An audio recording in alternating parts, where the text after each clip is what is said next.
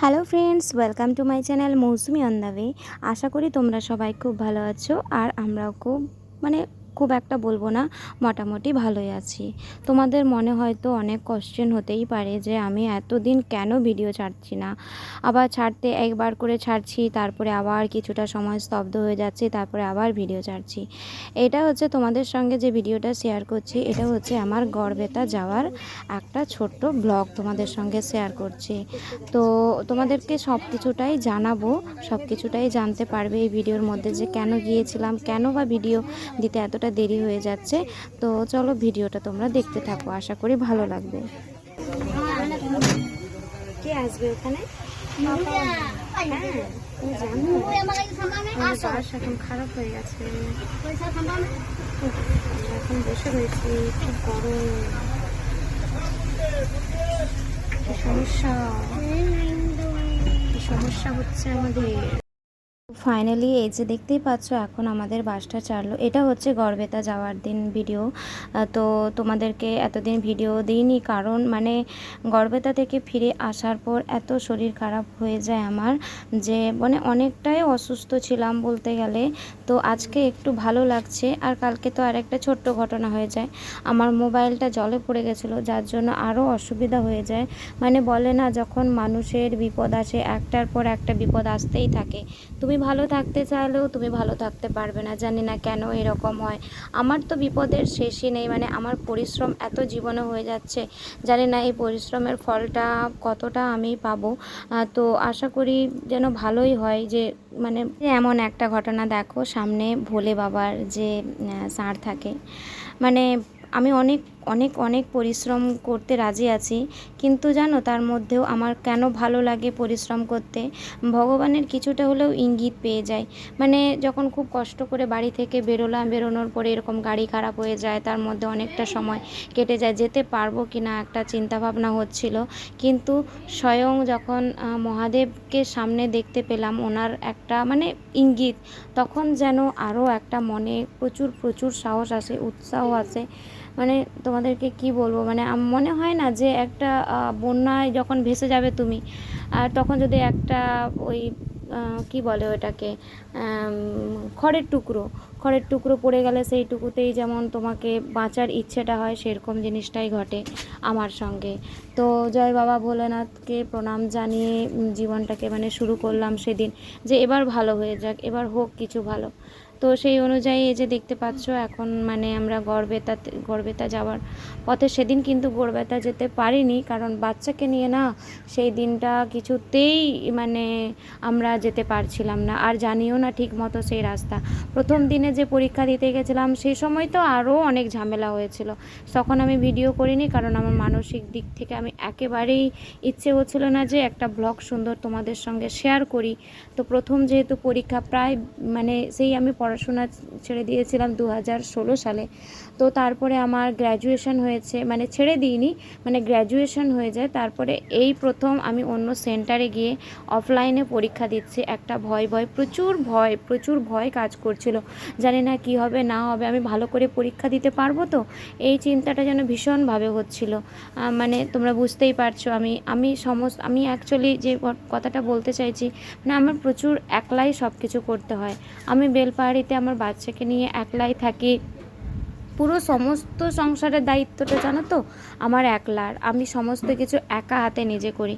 আমার হাজব্যান্ড অনেক সময় আমাকে বলেছে যে তুমি একটা কাজের লোক রাখো, কিন্তু কাজের লোক রাখলে না এরকম বাড়িতে একটা হাস্যকর হয়ে যাবে। আমার সব কিছু থাকা সত্ত্বেও আমি আজকে এরকম থাকতে ইচ্ছা না প্রকাশ করলেও আমাকে থাকতে হচ্ছে। জানি না ভগবান আমার কপালে কি রেখেছে।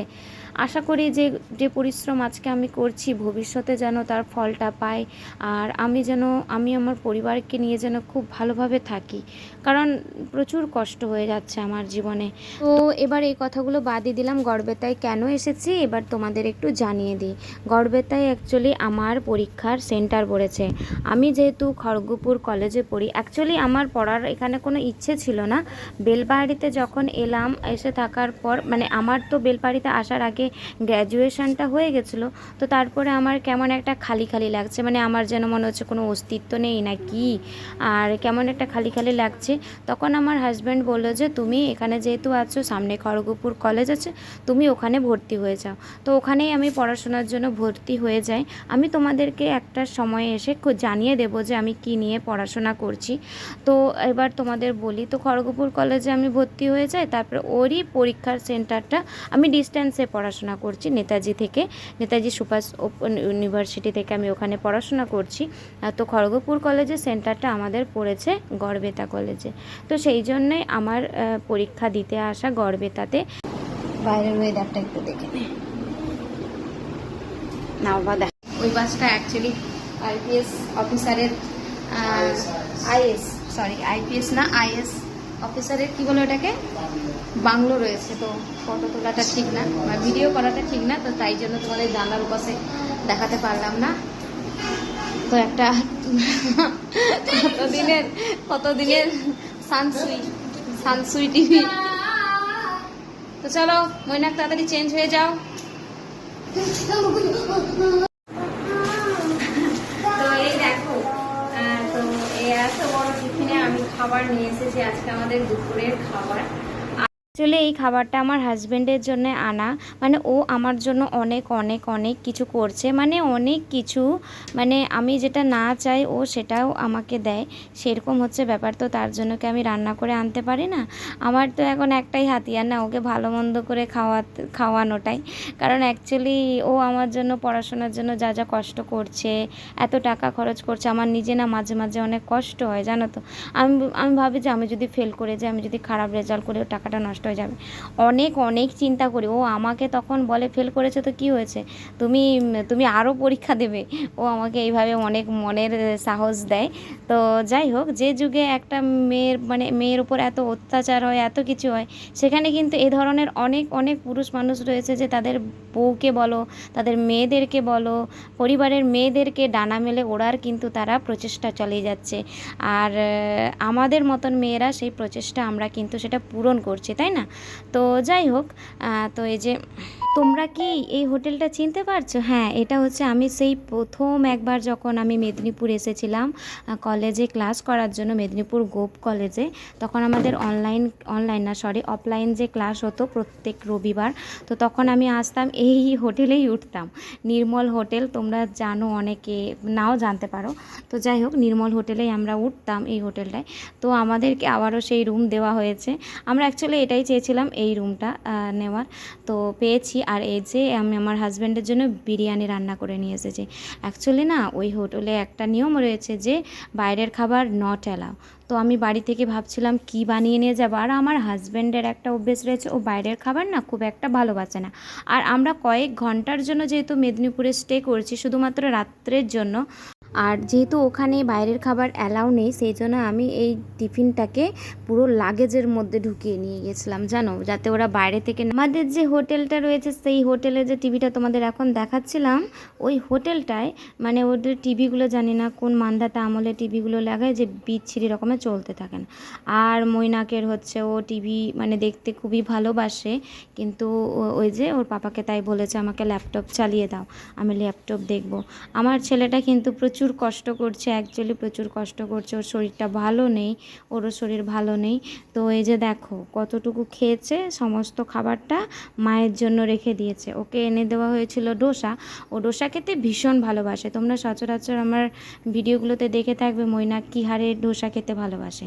তো ওইটুকু খেয়েছে, খাওয়ার পরে এই যে আমাকে অন্য কিছুগুলো, আমার হাজব্যান্ড যেহেতু বিরিয়ানি খেয়েছে, আর তারপরে আমার ডোসার সঙ্গে মানে যে অন্য কিছু যে খাবারগুলো দিয়েছিল, আলু টালুর যে তরকারিগুলো হয়, ওই খাবারগুলো এবার আমাকে গান্ডে পিণ্ডে গিলতে হচ্ছে। চলে গেলেই ভালো হতো।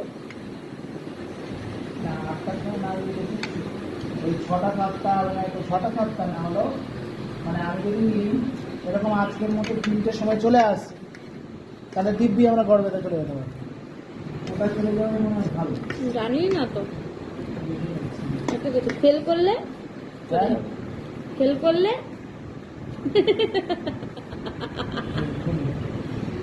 ধরো আমি ফেল করলাম পরীক্ষায়, তাহলে কি করবে?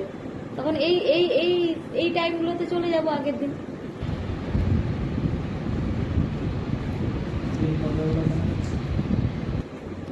আমি বলছি তোমার কত কনফিডেন্ট না আমাকে নিয়ে, আমাকে নিয়ে তোমার কত কনফিডেন্ট না?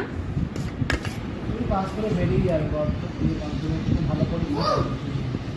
আর না এখন না, আর এখন না খাবি না, নেই, শেষ তো, শেষ তো, হাত দিতে মা খাইয়ে দেবে। ভালো না খেতে, খাস না, চলে নিচে যা। মা খাবে, অক্সিজেনের অভাবে খাবো। কি কি বললো শুনলে? বলছে অক্সিজেনের অভাবে আমি খাবো। পাঁচটা কিনেও একটা ট্রেন আছে। তো এই যে দেখতেই পাচ্ছ এখন কিন্তু ঘড়িতে বাজে ভোর 5টা মতো, আর এই দেখো আমরা রেডি হয়ে গেছি, এবার কিন্তু আমরা যাব।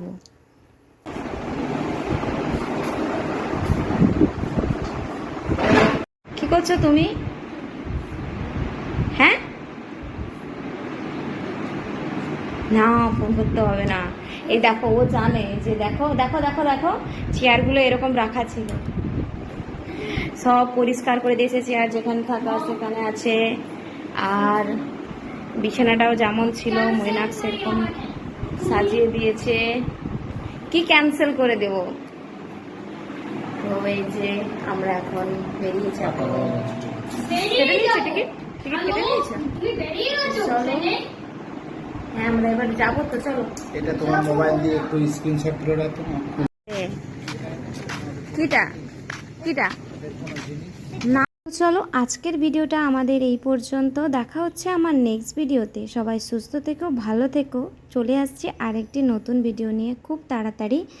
তো সবাইকে তার জন্য একটু ওয়েট করতে হবে, তো বুঝতেই পারছো আমার এখন ব্যাপারটা। তো যাই হোক, চেষ্টা করব তোমাদের সঙ্গে খুব তাড়াতাড়ি আরেকটি সুন্দর ভিডিও নিয়ে আসার। এবার গর্বে তাই আরও কি কি ঘটেছে সেটা সব কিছু শেয়ার করব তোমাদের সঙ্গে। চলো ভিডিওটা আমি এখানেই শেষ করছি, দেখা হচ্ছে আরেকটি নতুন ভিডিওর সঙ্গে। সবাইকে এখন জানাই টাটা।